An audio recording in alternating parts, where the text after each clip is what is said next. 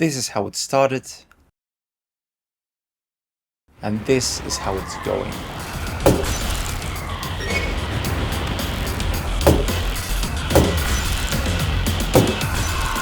So I'm making this driving game where you try to survive in different worlds. By the way, you can wishlist it on Steam, there's a link in the description.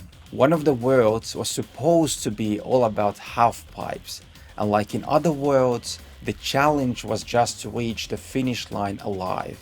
But then I thought it would be cool if you actually received some points from doing flips. Then I added some ramps, and now there are snow parks with balloons and mines and verticality and some more experimental stuff. We will get to all of that, but let me just first show you the basics. In skating and snowboarding games, you typically just press a button to make some tricks. In Panic Lane, you have to use physics to your advantage. When you approach a ramp, you make a sharp turn and use handbrake.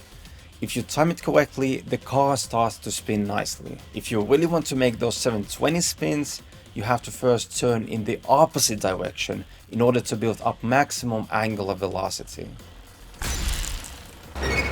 Once you're in the air, you have an ability to slow down the spinning. Yes, I know, you just press a button to do that, but it works really well. By adjusting the car's spin velocity, you can orient the car just right before landing and keep the momentum.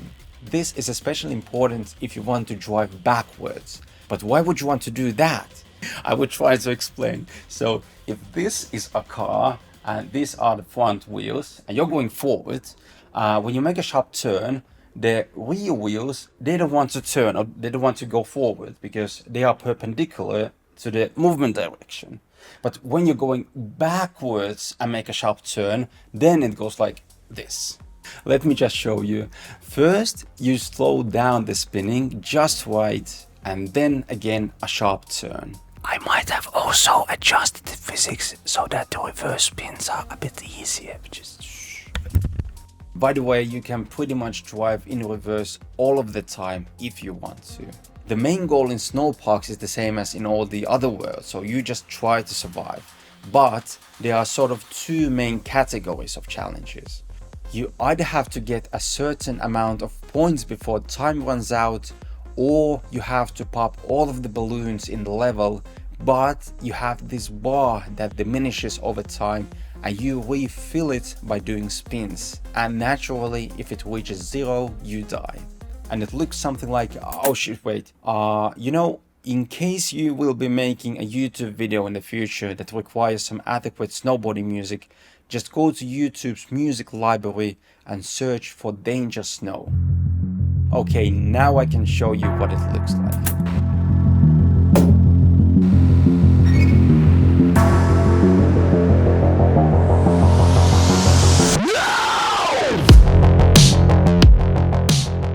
In order to make sure things stay interesting, there's also this mode with mines, and I call it You Reap What You Sow.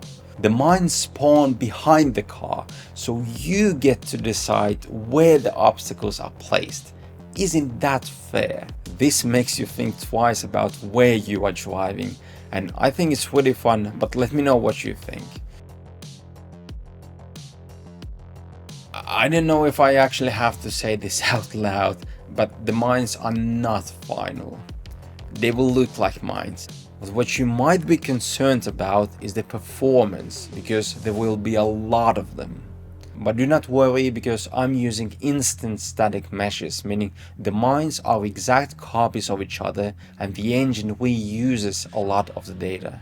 This saves a lot of computation. I can demonstrate. All we need is mines.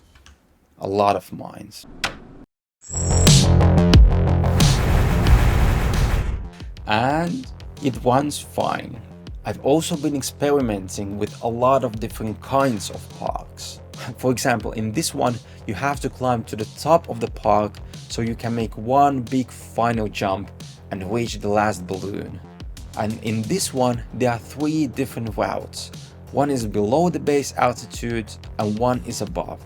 You will be forced to take different routes, and depending on the route, you have different amounts of airtime, meaning you have to adjust the amount of spins according to the situation. And here is, I don't even know what this is yet. I'm just trying to make it work. Hey, if you want to see what the final game will look like, do subscribe and hit that like button if you enjoyed the video. I post a new video about once in a lifetime nowadays. It's just that, you know, it takes a lot of time, and I can use that same time to actually develop the actual game.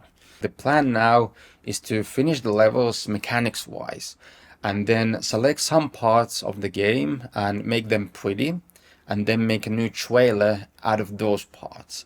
And that trailer will be probably the next video you will see from me.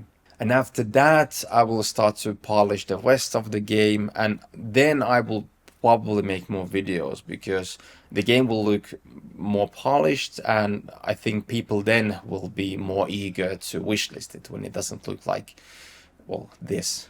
As always, thank you so much for watching. I will see you, I don't know when, in the future, I'm pretty sure. I didn't get much sleep last night, but I will see you again. So until then, be well. Bye bye.